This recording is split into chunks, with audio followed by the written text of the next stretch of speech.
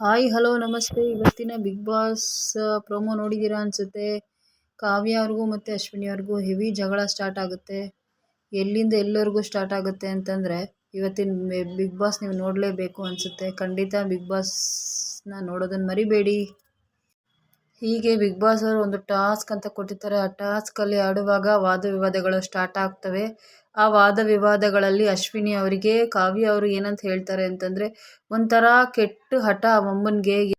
ಕಾವ್ಯ ಆಡಿರೋ ಮಾತನ್ನ ಕೇಳಿಸ್ಕೊಂಡು ಅಶ್ವಿನಿ ಅವರು ತುಂಬ ಟ್ರಿಗರ್ ಆಗ್ತಾರೆ.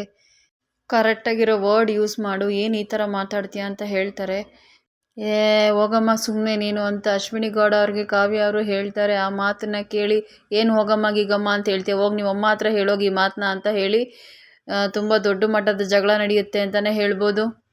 ನೀನು ಯಾವಳೆ ನನಗೆ ಹೇಳೋಕ್ಕೆ ಅಂತ ಹೇಳಿ ಅಶ್ವಿನಿ ಗೌಡ ಅವರು ಕಾವ್ಯ ಅವರಿಗೆ ಬೈತಾರೆ. ಹಾಗೆ ಕಾವ್ಯ ಅವರು ಅಶ್ವಿನಿ ಗೌಡ ಅವ್ರಿಗೆ ಹೇಳ್ತಾರೆ, ನೀನು ಚೇಂಜ್ ಆಗೋ ವ್ಯಕ್ತಿನೇ ಅಲ್ಲ, ನಾಯಿ ಬಲ ಯಾವತ್ತಿದ್ರೂ ಡೊಂಕೆ ಅಂತ ಹೇಳಿ ಇನ್ನೂ ದೊಡ್ಡ ಮಟ್ಟದ ಜಗಳಕ್ಕೆ ದಾರಿ ಮಾಡಿಕೊಡ್ತಾರೆ.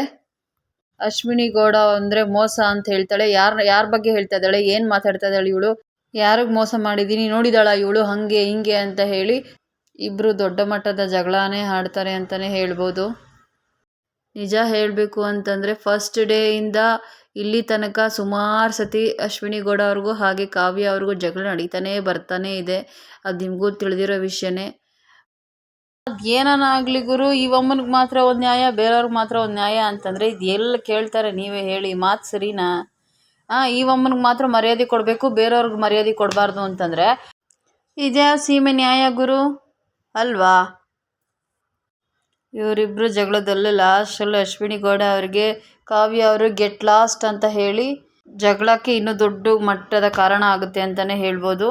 ಈ ರೋಚಕವಾದ ಸಂಚಿಕೆಯನ್ನು ನೋಡಬೇಕು ಅಂತಂದರೆ ಇವತ್ತು ನೈಟ್ 9:00ವರೆಗೆ ನೀವು ಖಂಡಿತ ಯಾರು ಬಿಗ್ ಬಾಸ್ನ ಮಿಸ್ ಮಾಡದೆ ನೋಡಿ ಅಂತ ನಾನು ಈ ಮೂಲಕ ಹೇಳೋಕ್ಕೆ ಇಷ್ಟಪಡ್ತೀನಿ. ಖಂಡಿತ ಮಿಸ್ ಮಾಡಬೇಡಿ.